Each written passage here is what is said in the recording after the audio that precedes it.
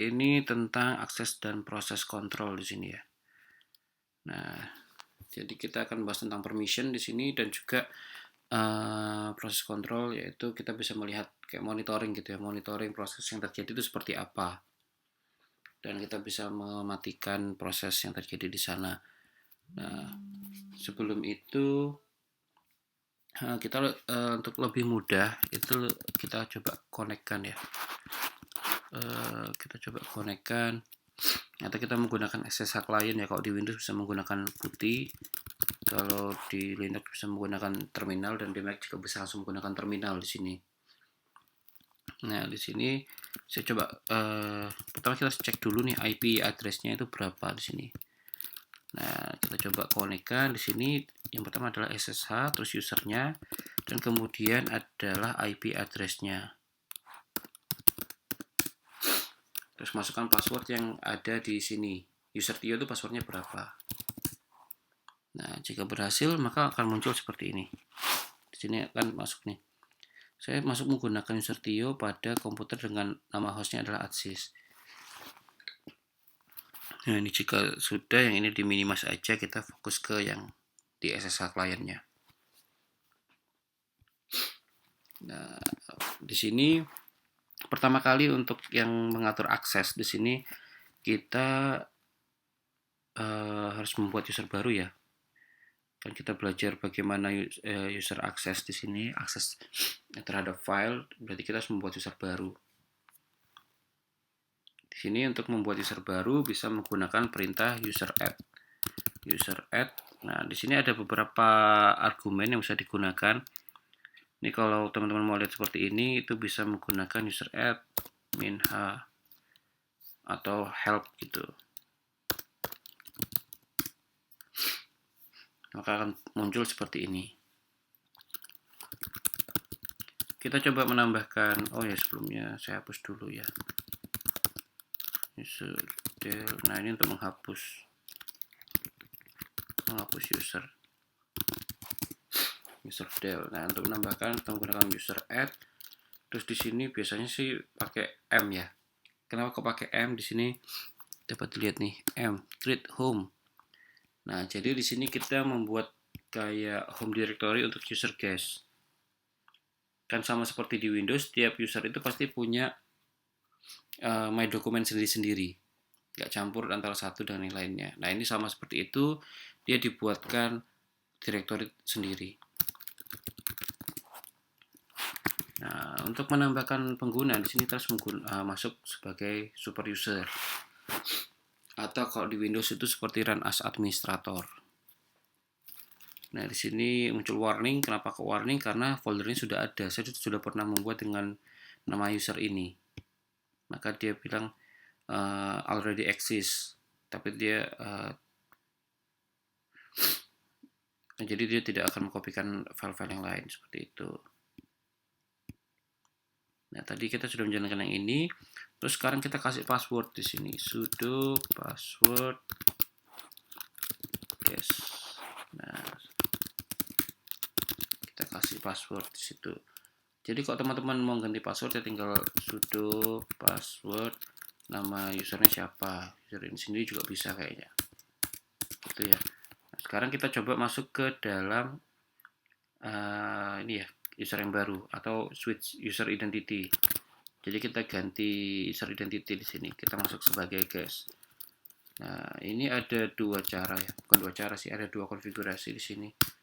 Kalau kita menggunakan seperti ini, berarti kita ketika kita switch user identity, kita akan tetap ada di folder yang sebelumnya, yaitu di home Tio. Tetapi, oh ya, ini untuk kembali ke user sebelumnya menggunakan perintah exit. Nah, kalau kita pengen masuk ke foldernya kita ketika kita switch user identity, kita menggunakan strip di sini. Spasi strip spasi usernya.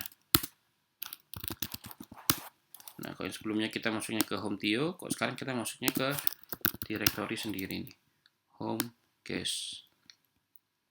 Seperti itu. Nah, tadi ini menghapus user, kita coba di sini kita hapus user ya. kita exit dulu, kita coba hapus tadi yang case itu, user del case. Nah itu nggak bisa karena harus super user. Kenapa harus super user? Ya semua hal yang berkaitan dengan hal yang sangat vital itu harus dijalankan menggunakan perintah sudo. Itu sudo ya, super user do kan. Seperti ini. Nah itu untuk menghapus. Nah kita coba lihat nih.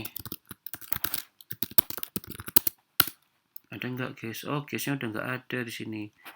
Sudah kehapus. Sekarang kita coba buat lagi.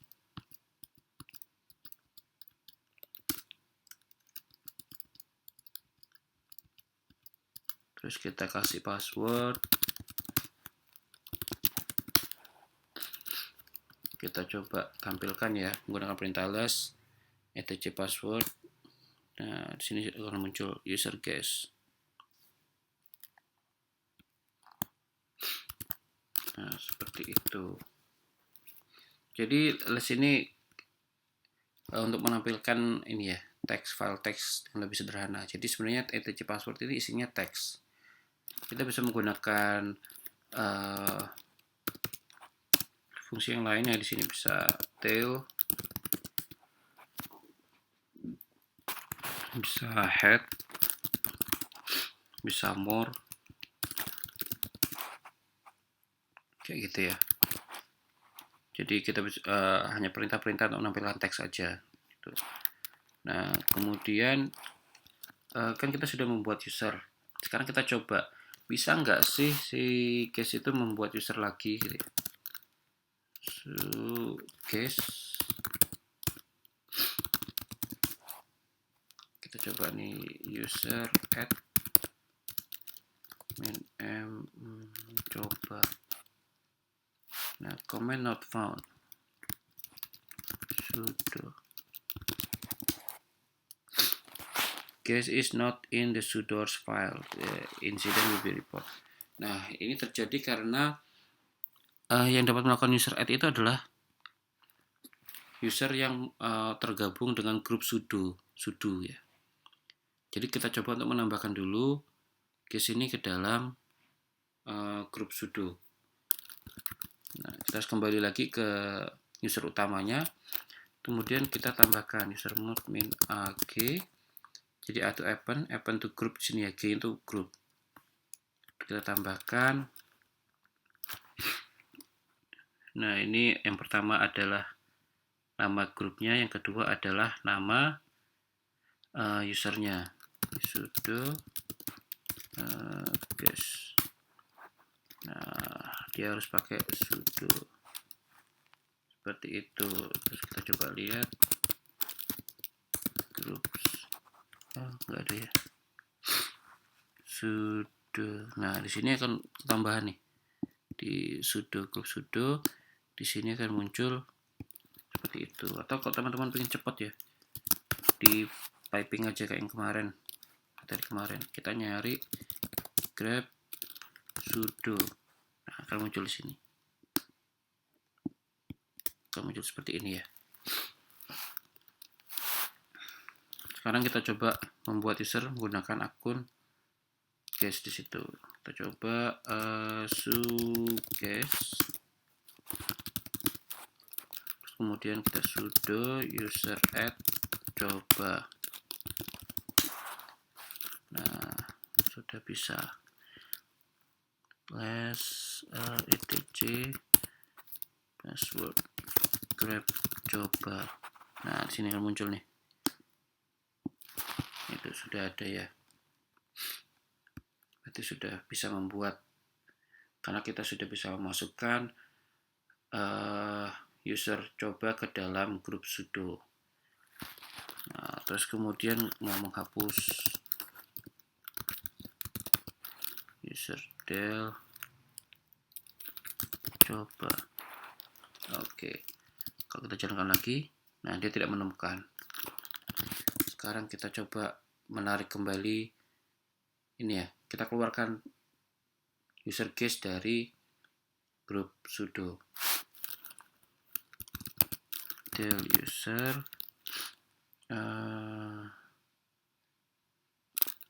usernya adalah guest, mau kita keluarkan dia dari grup sudo. Only root may remove. Oh, pakai sudo. Nah, done. Removing. Oke, sekarang kita cek. Let's etc groups. Kita grab sudo. Nah, ini kan sudah nggak ada. Kok yang di atas kan masih ada kan? Yang ini kan masih ada guys. Kalau yang di bawah sudah nggak ada. Apakah dia masih bisa membuat user? Kita coba. Guest. Kita coba dia untuk membuat user. Sudo user add. Coba. Nah, guest is not in the sudo file. Dia sudah nggak masuk lagi ke dalam grup sudo. Jadi dia sudah tidak bisa. Nah, itu seperti itu. Kenapa sih kok kita butuh grup ya? Oh ya, sorry, ini tadi buat ini. Sebelum kita menjawab yang tadi, kita bisa lihat di sini ini untuk menambahkan grup.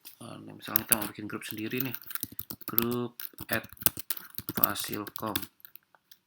Oh, sudah ada. Grup fasilcom sudah ada ternyata. Sudah pernah dibuat. Nah, atau yang lain grup add PSSI. Nah, permission denied harus pakai sudo. Nah, seperti itu. etc group PSSI ada nggak? Nah, di sini ada nih PSSI. Oh ya, di sini akan muncul juga ya. Kita kan belum melihat grup, tapi kok ada nama Tio dan ada guest. Karena kalau kita membuat user itu otomatis kita akan dibuatkan grup yang sesuai dengan nama user tersebut. Terus ini kita tambahkan tadi ya. Kita tambahkan si guest itu ke dalam PSSI. User mod min ag Tio is ke dalam PSSI. Oh, kebalik, sorry. Harus pakai sudo tambahin guest. Nah, seperti ini. Sekarang kita lihat tadi kalau kita pakai less juga bisa, atau kita menggunakan get entity di sini PSSI group PSSI. Nah, di grup PSSI ini ada Tio dan ada guest. Nah, fungsinya grup ini buat apa? Kita coba lihat. Nah, jadi di sistem operasi itu pasti ada namanya permission ya. Dan permission itu pasti dibagi jadi 3. Yang pertama adalah permission untuk owner, kemudian permission untuk group, dan yang ketiga adalah permission untuk other. Jadi owner ini biasanya adalah yang membuat file. Tapi kita juga nanti bisa merubah ini ya. Kepemilikan file itu bisa kita alihkan ke user yang lain. Jadi ini ownernya, yaitu single user. Terus kemudian ada group dan juga ada other. Kenapa kok group? Group ini untuk memfilter jadi orang-orang kayak whitelist gitu ya. Siapa saja yang boleh menggunakan atau melakukan atau memiliki hak akses pada file tersebut. File atau directory ya. Terus kalau other itu kayak yang blacklistnya. Kalau selain ini, itu bisa ngapain aja. Nah, yang namanya permission itu kalau kita ls-min l jadinya tuh seperti ini. Jadi itu hanya sebenarnya ada 3 sih. Ada 3 ya permission itu, ada read, write, dan execute. Execute itu berarti filenya dijalankan gitu sebagai inputan pada suatu proses. Dan juga ada d di sini. Kalau kita ls-min l sini akan muncul d di depannya. D ini untuk menunjukkan bahwa ini adalah directory bukan file. Kalau dia file berarti dia strip. Seperti ini. Tapi kalau dia directory dia ada d-nya di sini. Contohnya di sini di file record ya. File record ini dia bukan directory, berarti dia file. Terus kemudian aksesnya, permissionnya dia adalah read write, dan R. Berarti user dapat read dan write, bisa membaca dan menulis file. Grup bisa membaca dan menulis juga, sedangkan yang other itu dia tidak bisa. Dia hanya bisa read aja, nggak bisa menulis. Biasanya sih untuk other itu memang kita buat dia supaya tidak ini ya, tidak dapat menulis karena sangat berbahaya. Jadi other itu anggapannya orang tidak kita kenal gitu. Orang yang nggak kenal bisa merubah konfigurasi, itu sangat fatal.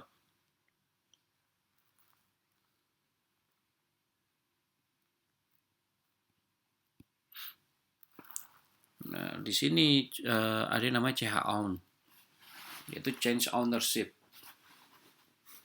Jadi kalau contohnya di sini ls-l, di sini nih ada misalnya list.txt ya, ini kan punyanya Tio semua nih.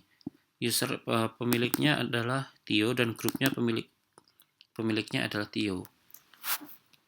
Jadi single user yang memiliki file tersebut adalah Tio dan grup yang memiliki file tersebut adalah Tio.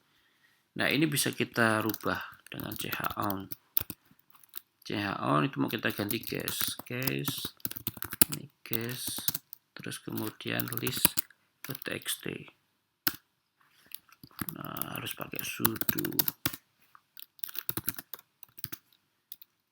Nah, list berubah kan di sini. Berarti di sini si Tio itu dianggap sebagai other karena dia tidak tergabung dalam case kan. Coba kita lihat class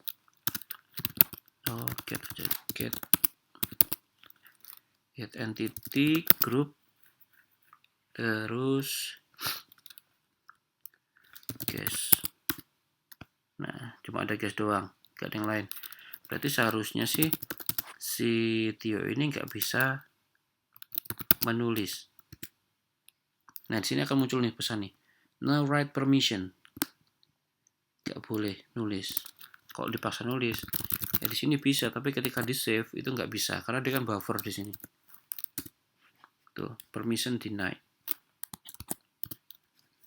Seperti itu contohnya. Kalau misalkan yang ini mau kita ganti nih, tadi kan masuk, kan Tio dan Case itu kan sudah masuk ke dalam satu grup yang sama namanya PSSI. Kalau gini sudah bisa nulis belum ya? Kita coba cek di sini. PSSI. Yang sudah ada Tio, seharusnya Tio itu bisa menulis juga. Kalau kita lihat di sini. Nah, ini kan PSSI bisa ngapain? Dia bisa read dan write. Oke, untuk dapat mengimplementasikan perubahan tadi, itu kita dapat ini apa?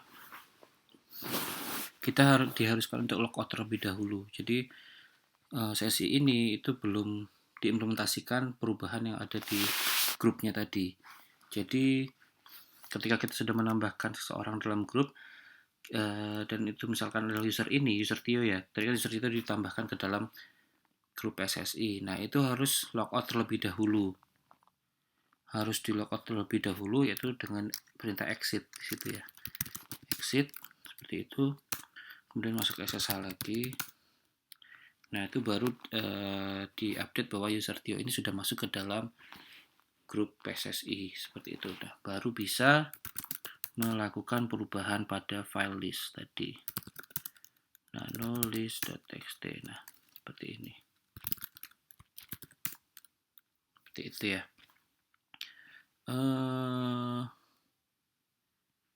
Terus selanjutnya itu ada chown dan ini ya, chmod. Nah, yang ini tadi sudah chown ya. Nah, untuk merubah ini, untuk merubah permission pada file itu ada dua cara, yaitu menggunakan symbolic mode dan absolute permission. Kalau yang simbolik itu kita menuliskannya seperti ini. Jadi chmod Ada U, G, dan O. U itu adalah untuk owner, G itu untuk group, dan O itu untuk other. Kemudian operasinya ada plus, minus, dan sama dengan. Sini sama dengan, sama minus ya. Jadi kalau minus itu berarti kita menghapus. Berarti kalau di sini contohnya adalah other itu kita hilangkan read, write, dan execute-nya. Kalau sama dengan berarti kita menetapkan di sini. Berarti user itu bisanya read, write, dan execute. Kalau plus itu berarti kita menambahkan. Misalnya ini jadi plus ya. Berarti user itu ditambahkan read, write, dan execute. Bedanya apa plus sama dengan ya?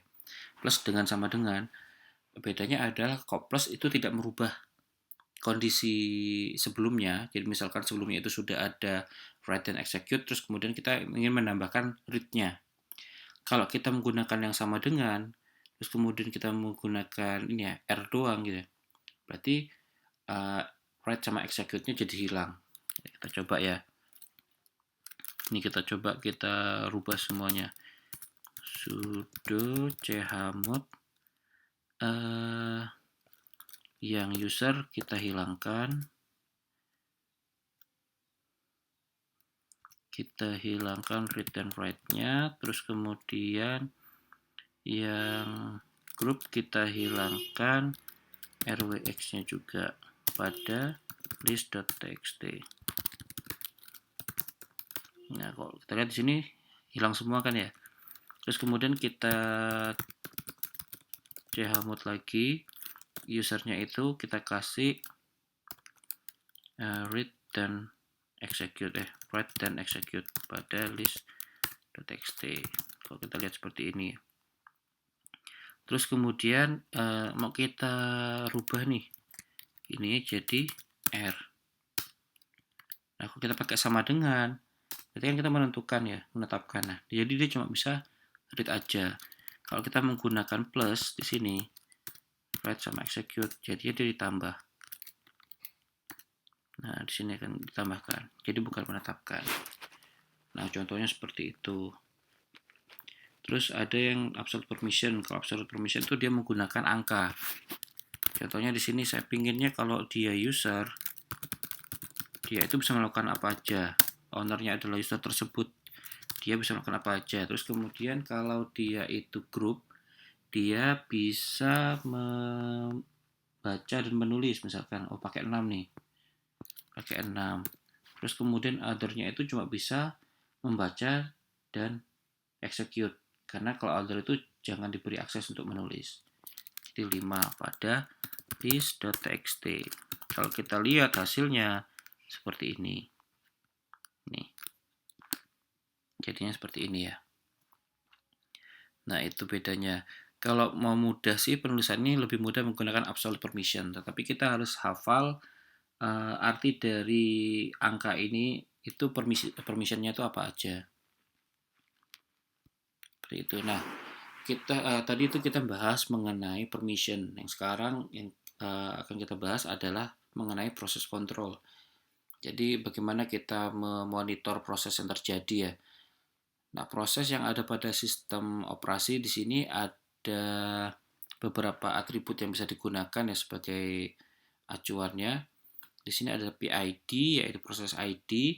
Jadi kalau kita menjalankan sebuah proses itu akan muncul namanya ID. Kalau kita mau mematikan proses tersebut kita menggunakan patokan PID. Jadi kita mematikan proses dengan ID sekian seperti itu. Terus kemudian ada parent ID. Di situ berarti kadang itu ada proses kayak thread gitu ya. Ada satu proses yang memiliki banyak anak prosesnya gitu. Terus kalau kita ingin mematikan semuanya, biasanya kita harus mematikan parent proses ID-nya. Jadi kalau di task manager itu ada kayak kill proses tree gitu ya. Itu dimatikan semuanya. Tapi kalau proses ID doang yang dimatikan, berarti kita hanya mematikan satu proses. Terus kemudian ada UID, di situ adalah user ID dan ada group ID untuk melihat. Nanti akan muncul di situ ada siapa sih yang menjalankan proses ini seperti itu ya. Nah, di sini ada beberapa state, proses state. Jadi sama seperti task manager sih, task managernya Windows ya. Itu pasti ada yang namanya state dari suatu proses. Di sini ada beberapa state. Yang pertama itu adalah yang D itu ya, uninterruptible sleep, berarti dia keadaan sleep tapi tidak bisa diganggu. Terus kemudian, nah ini biasanya sih digunakan sebagai IO gitu ya. IO itu biasanya menggunakan yang status yang D ini. Terus kemudian ada R, berarti dia itu lagi running. S itu berarti interruptible sleep. Jadi dia itu misalkan menunggu inputan gitu, ada proses yang menunggu inputan. Kok lama, jadi akhirnya dia sleep dulu sampai adanya inputan baru. Terus kemudian ada T, berarti stop by job control signal. T kecil itu berarti stop by debugger. Terus ada W itu berarti pegging, tapi sudah nggak digunakan semenjak penggunaan kernel 2.6 ya. Terus kemudian dead itu menggunakan simbol X. Terus ada Z itu zombie di situ. Terminated but not repeated by its parent. Nah, di ini proses state ini biasanya itu ada kombinasi di sini, kombinasi antara yang atas nih sama yang bawah ini. Jadi misalkan seperti ini, dia running nih, dia running tetapi dengan prioritas yang tinggi, berarti simbolnya adalah R kurang dari, seperti itu. Kalau dia low priority berarti R N, seperti itu ya. Jadi ada gabungannya seperti itu. Terus ada scheduling priority.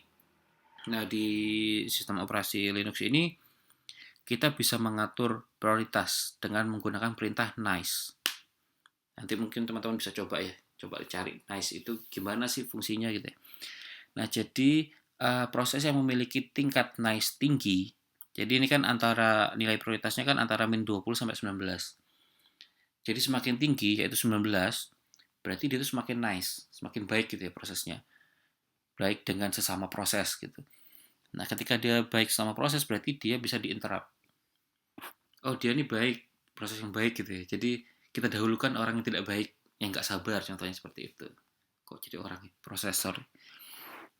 Jadi kalau tingkat nice-nya rendah, berarti dia harus didahulukan. Tingkat prioritasnya berarti semakin tinggi jika dia sampai ke min 20. Dan itu berarti harus didahulukan. Prioritas dalam pengalokasian memori, prosesor, seperti itu ya, itu harus didahulukan. Nah, kalau teman-teman pengen misalnya ada banyak aplikasi yang sedang berjalan tetapi pingin performanya yang ini harus lebih baik gitu ya, aplikasi A ini performanya harus lebih baik, nah itu bisa di set prioritasnya jadi min 20 supaya dia tidak diinterrupt dan performanya baik sekali. Tapi pastinya ada ini ya, ada trade off, ada plus minusnya lah, ada keuntungan dan kerugiannya ya. Kerugiannya nanti bisa jadi sistemnya jadi tidak seimbang sistem operasinya karena hanya berfokus pada itu saja. Nah, di Linux ini ada ini buat kayak test manager gitu, namanya PS ya, proses state di situ. Nah, jadi ada beberapa kombinasi dari argumen yang bisa digunakan, yaitu ada aux, ada lux, dan ada if. Nah, ini teman-teman nih bisa lihatnya di ini man PS. Nah, di sini man ini anggapannya perintah untuk buka manual booknya gitu. Jadi di sini ada manual booknya, argumennya apa aja, dan yang kayak tadi tuh misalnya pakai PS, kombinasinya itu apa aja yang bisa digunakan. Nah, sangat lengkap di sana ya. Nah, di situ ini saya ambil dari sana beberapa, ini ada yang namanya PS AUX, ada yang LUX, dan ada IF. Nah, masing-masing kombinasi ini memiliki perbedaan pada komponen yang ditampilkan. Kalau yang AUX ini seperti ini, ada ini ya keterangannya yang di sebelah kanan ini. Ini ada usernya, ada PID-nya, ada penggunaan CPU dan memorinya, ada VSZ ini adalah virtual size of process, ada RSS itu adalah resident set size, ada TTY yaitu control terminal ID, dan ada stat di sini ya. Nah, ini yang digunakan tadi, sini sleeping kurang dari 20 second, Z2 zombie. Ini proses has high dan normal priority. Ini dijalankan di key worker itu. Nah, ini proses-proses yang terjadi di belakang layar. Terus ini kalau yang lux seperti ini, nah ini ada UID, user ID ya. Jadi kalau yang pakai aux itu dia ditranslate jadi nama user, kalau di Lux ini dia tidak ditranslate ke nama user. Seperti ini. Dan ini ada PID dan ini juga muncul PPID-nya. Ini satu parent ID nih, berarti nih. Gasoftir KD. Ya, ini satu proses parent. Terus yang ini ada monitor proses PS. Nah, kita coba lihat ya. Nah, di sini akan ini di atas sebenarnya ada keterangannya di sini. Ada user, PID, CPU, memori seperti ini. Nah, di sini akan muncul ya PID-nya di sini 2237 contohnya. Nah, di sini saya melakukan SSH nih.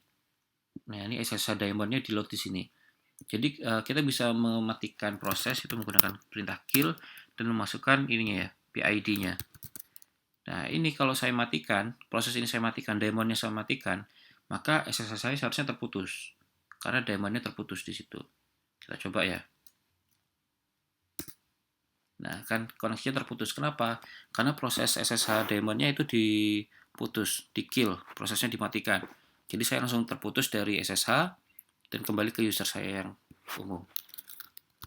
Nah, terus juga ada ini top ya, top.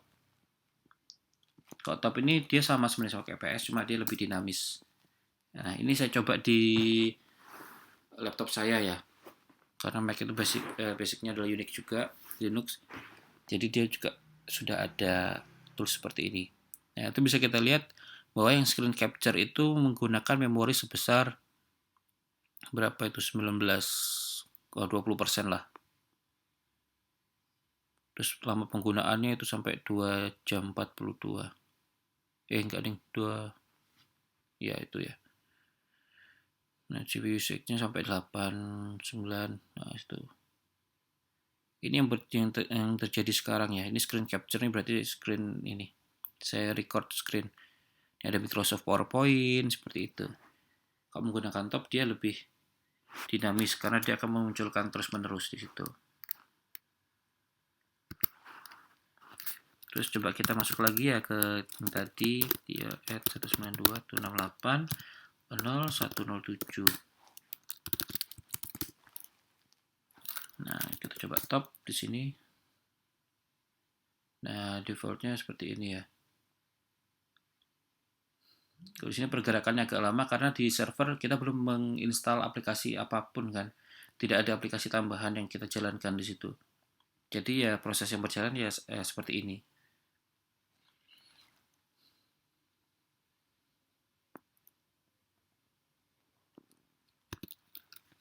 Untuk keluar kita menggunakan tombol Q di situ. Mungkin nanti teman-teman bisa cari ininya di top itu kita bisa ngapain aja ya gitu. Mungkin bisa dicari ya. Karena sangat banyak yang bisa kita lakukan di sana. Kalau kita menggunakan PS tadi seperti ini kan. PS.aux. Nah, seperti ini yang tampil. Mungkin ini SS nih. Ini oleh root yang menjalankan ini SSHD Tio. Dia state-nya adalah SS. Kita coba lihat SS itu apa. Nah, S itu dia lagi sleeping dan S itu proses is a session leader. Seperti itu statusnya dia. Terus di sini PS out ini R+. Plus itu apa ya? Mungkin sini nggak ada nih.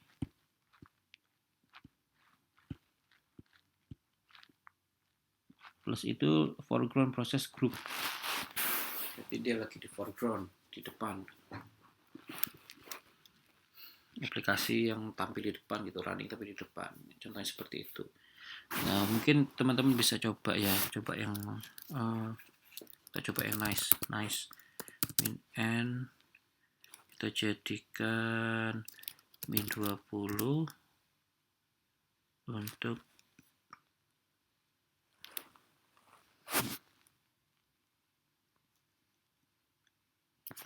PID.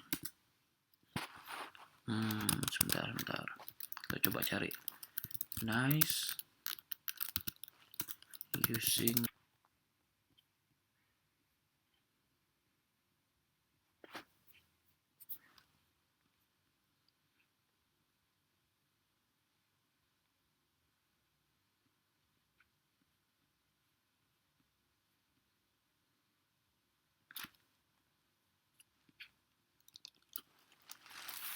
Nah, di sini saya coba menggunakan nice ya. Ini ketika kita mau menjalankan program.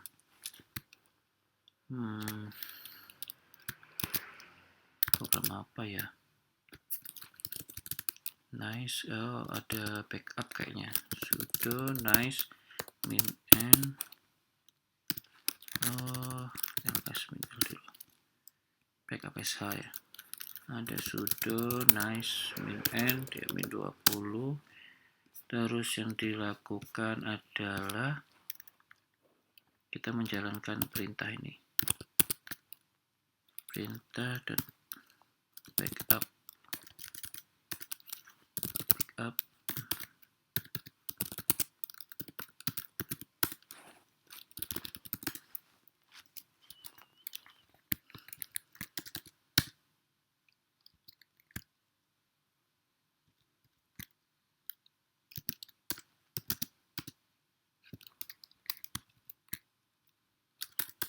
Sorry. Nah, seperti itu. Kalau kita lihat di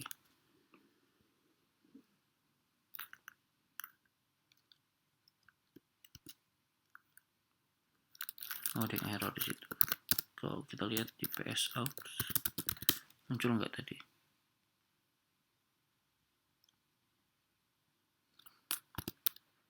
Nah, seharusnya nanti itu dia akan muncul bahwa enggak sih, karena dia kan single user ya. Maksudnya dia nggak jalan di background gitu. Jadi sebaiknya sih kayak gitu jalannya yang di background ya. Mungkin teman-teman bisa menggunakan cron job atau termux gitu ya untuk menjalankan multi proses. Karena kalau single proses nggak bisa dilihat juga karena dia lagi proses di main ininya ya, main windownya ini, main sessionnya. Terus kemudian kita mau lihat kan nggak bisa karena dia harus seperti ini tadi, kayak nggak bisa di atik-atik. Nah, terus kemudian mungkin bisa menggunakan renice di sini. Renice. Nah, mp seperti itu ya. Kita coba di sini kalau kita lihat di sini ada ini kan yang SSH ini seperti ini dia sleep ya. PID-nya adalah ini. Kita coba renice.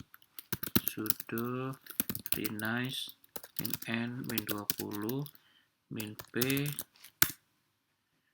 all priority 0. Kita jadikan priority-nya jadi min 20. Nah, itu untuk merubah. Nah, tadi di SS jadinya S high priority di sini. Seperti itu ya.